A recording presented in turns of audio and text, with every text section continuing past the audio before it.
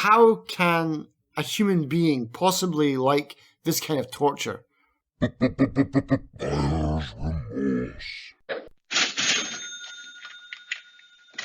Hello, and welcome to Buyer's Remorse. I am Justin. I'm Darren, barely. And he says because he just woke up. On Buyer's Remorse, this is the show where we subject each other to games that we already own, and we make each other play for 60 minutes. Yours for this episode is... Ball laB. And what is Ball laB? It's a Super Meat Boy kind of trial and error over and over again, super sensitive, super fucking annoying is what it was. Do you get to quickly restart the game like in Super Meat Boy? Yeah, it's pretty quick. You know, it's got like a death counter on the top. As soon as I saw the death counter, I was like, oh shit, here we go. This is going to be Darren's favorite game. Yeah. Well, you already knew you weren't a fan of that one. Yeah. I mean, the thing is like, I wouldn't have minded, right? But, so your screen, you know, is however, like, put your hands out in front of you. How big is your monitor? Now, take your two fingers, your thumb and your forefinger, and make a square. That's how big your actual play area is in front of you. Like, it's tiny. So, I'm playing on my laptop. There's no way to make it bigger. No, I don't. At least, well, maybe there is, but I don't think so. Maybe there is. Shit, I should have checked that. But it's tiny. There's this little box. Like, you have to be pixel accurate. So you've got an area, and you have to bounce this ball through. There's spikes on the ceiling and there's spikes on the ground, and so you've got to jump and avoid the spikes. Easy enough, yeah? No, it's not. And after about 10 minutes, I was like, okay, I'm done. But you still had 50 minutes to go. Yes. So like on the very first screen, for some reason, if you go right and fall down this thing, it exits you out of the game totally. It's like an interactive menu. Wait, say that again. So what did you do? If you go right, so basically the game starts. Yes. If you jump left, then you progress into the next level. Right. But if you jump right, there's like this tunnel going down. Mm-hmm. If you jump down that tunnel, it doesn't even say like, oh, are you sure? YN. It just like, boop, you're out. It exits the game without me even knowing that's the way to quit the game. Okay. But you did complain during Costume Quest about how long it took to get out of the game. This one is doing just the opposite. Well, at least label it though. It's like oh, maybe this is a secret level. Like, no, that's a secret level to escape. Yeah. So basically, if you go right, that's it. You're out of the game. You got to reboot the whole thing. Well, it can't. I mean, it's a pretty small game, right? It doesn't take long to boot. No. And that's the thing. So it's like you got this tiny little screen in front of you, mm-hmm. and then as you jump left, then a little bit more of the screen will appear. You know, so the whole... Is it like the fog of war? Yeah, kind of, yeah. So as you move through, the different rooms will open up. And then, so, yeah, I mean, that's kind of interesting. It's kind of a cool way to... So I guess there's a whole level behind there somewhere. But you've only got this tiny little screen to work with at each time. And as you go through the level, so basically the levels keep getting bigger and bigger and bigger, which makes them harder and harder and harder because you got more stuff to get through. But yeah, it was so tiny, man. I had to, you know, I wear reading glasses, but I needed my glasses to play this game because it's so tiny. It's like, did you need like the jeweler's glass? I probably would have. It would have helped to have done that. Yeah, I was not a fan of this game, man. I was not a fan of this game. It's not for me. Not for me at all. How were they as far as the levels, I guess? Were the levels interesting, challenging? I mean, obviously, having to be pixel perfect isn't fun, but were they at least well-designed levels? You played that VVVVV game, yeah? I did. That was a lot more fun. Even I played that after you'd played it. And that was a lot more fun because it fills the whole screen and it isn't, like you said, pixel perfect platforming. So you've got like a room for error. Even though it's pretty twitchy at times, you got to be like bang on to hit some of those hit some of those levels. Yeah, the levels were about as interesting as an up-down platformer, as interesting as those can get, because there's not really a lot you can do with it. Whatever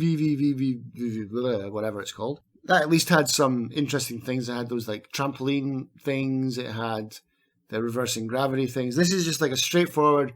Gravity is always on your side for at least as long as I played it. You just got to bounce and you've got to hit that. So you've got spikes above you, spikes below you. If you hold down the space bar, you get a big bounce. Tap it, you get a small bounce. That's it. You got to judge. Do I big bounce through this or do I small bounce through this? When you're holding down the arrow keys, it's like, how far do you go? I've got to land between these two spikes. I can't go the whole way. And that's basically all it's got going for it. What this game does have going for it is the music. The music is awesome. Yeah?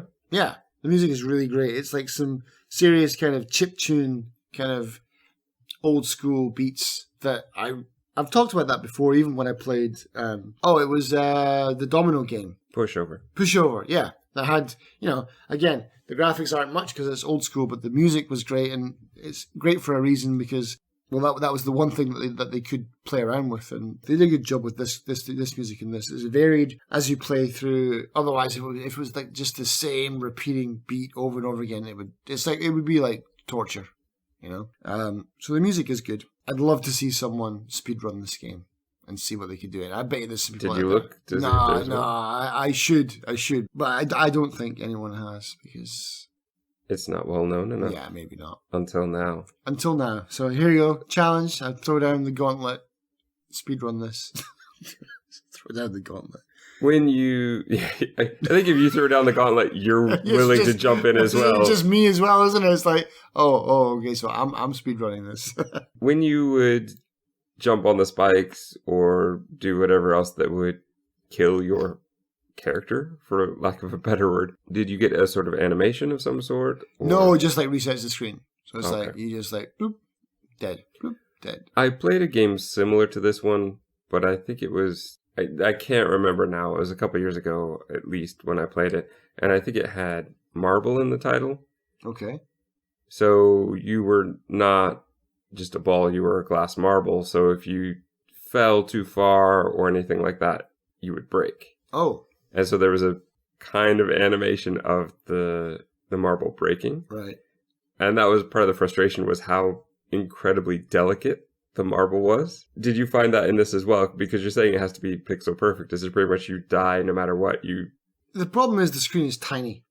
And you have to, and there's just spikes along the bottom, spikes along the top, and then there's little like ledges where you can jump on, and you gotta like navigate each little cell basically. Dying, over and over again. Just like touch one of those things. You don't have to land on it. You just have to like move into it.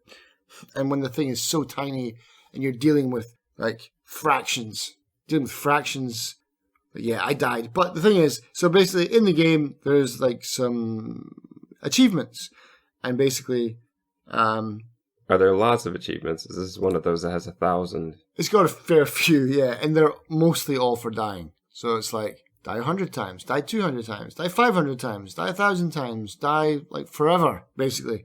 How high of a death count did you get to then? I got to, I think the last one, exactly. There was one point where I was just holding down the left button and walking into a wall or rolling into a wall because I wanted to just at least hit that achievement. But what I found interesting was, and here's something that is just a little bit of a, I don't know, but it was interesting to me, is when I checked the achievements, more people have completed this game, like as a percentage per capita, more people have completed this game than we were here together. Well, I was going to say it's been out longer, but even just as a percentage, like more people have completed this than we were here, which baffled me. That was like, my mind just exploded like, what? Well, so yeah, keep in mind, put that into perspective for me, Justin. How many people have bought this game versus the other game? But I mean, as a percentage though. That's exactly what I'm saying. Right.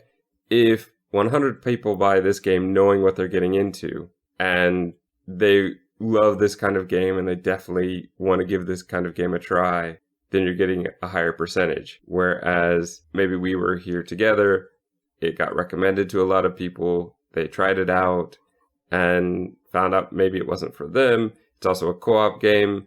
Maybe people still haven't finished it yet because they're waiting for their friend to come back and have time.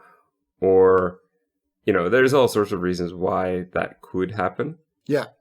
I think if you were to tell me that this game has sold more copies in the same amount of time, that would be a bit disappointing. Well, I don't know if I'd say disappointing. It would be shocking. Yeah. Because I somehow think this wouldn't be quite as popular. But it is cheap.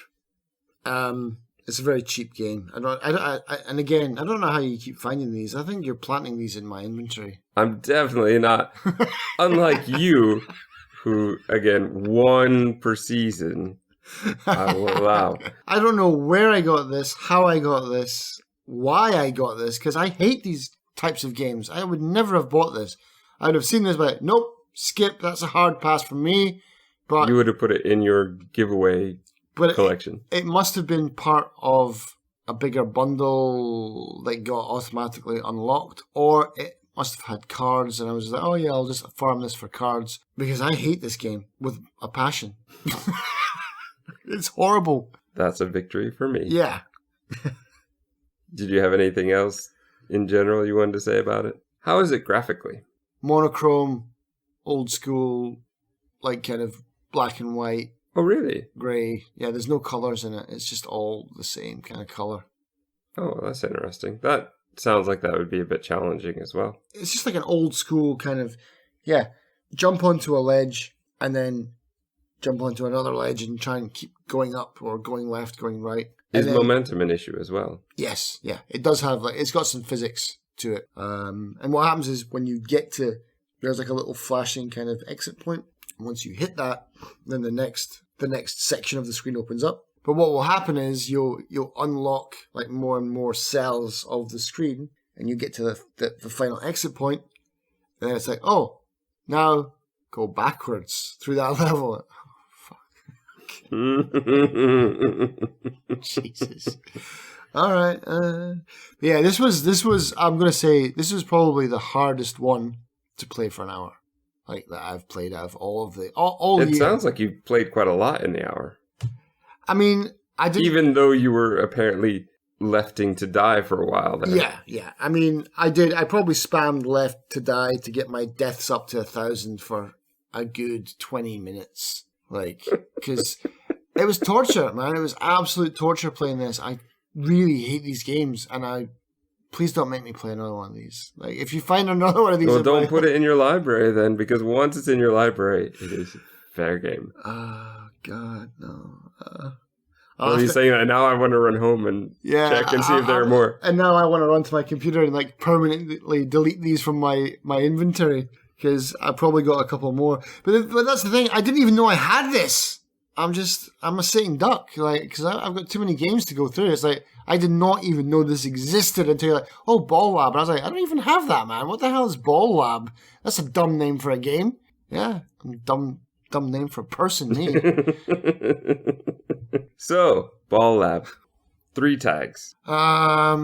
Frustrating as hell. Super Meat Boy clone platforming, I guess. It's a platforming game. I mean, if you're the type of person that likes this kind of twitchy, if you're the person that likes these kind of pinpoint accuracy platformers where you're just going to die, and dying is part of the achievements, and you like dying, this might be a cheap kind of game that you enjoy, but it was definitely not for me. Would you recommend this to me?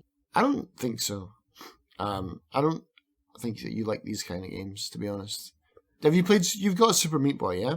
Yeah, and I enjoyed the first sort of map of levels, but beyond that, it just got to be too tricky for me and too... I don't know, there were just some things that if you have to do a level that's too big, like that's why the early levels work for me, is they're very simple. Difficult, yes, but simple.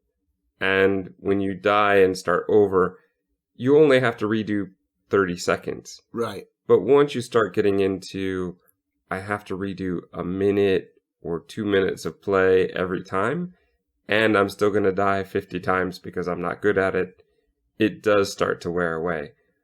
I think the Super Meat Boy is a great game for what it is. It's a great game for the people who like this kind of game, but it's only good for me up until I don't like it anymore. Like there's just a point where I just stop enjoying it. And that's okay. I feel very much I bought it super cheap. So I'm very happy to have gotten the amount of play I did out of it. I feel it was worthwhile. But no, I wouldn't want to do these games like to completion. Yeah, and so that surprised me that people have actually sat down and finished this. Like, my God, you have some serious like patience, like Zen-like. Well, like you said, maybe these are the people who like this kind of game. And how can a human being possibly like this kind of torture? Well, I don't know if it's torture. I think for a lot of people, this is a challenge, and they like something that is a difficult time challenge. Well, more power to them, and because. So, with that though, would you recommend it to anyone? Just Super Meat Boy. All right. So well, even okay. So the Super Meat Boy people, like from what little I've played of that game, I've only ever played that at a friend's house. At least with Super Meat Boy, and again V. I don't know. But like with that, there's some fluidity to the game. There's some like bits where you're falling and you got to control it. And it's like, yeah, dead as you're falling through. It's like, okay, and then you get like a groove going. With this game, the screen is so tiny and there doesn't seem to be any groove. You know what I mean? There's like it's taking that part out of it. It's just like, oh, I landed on the wrong pixel. Oh, I'm dead. Oh shit. You know? That's the problem for me. But again, I'm 40 something years old and maybe I'm just not up to that challenge anymore. So, yeah. Hey, did you play beyond the 60 minutes? Fuck no. No. And would you play it again? Do you plan to finish this one? Nope. Buyer's confirmation or buyer's remorse? This is a 100% remorse again. Yep. Sorry, Ball laB, but you're out. Buyer's remorse.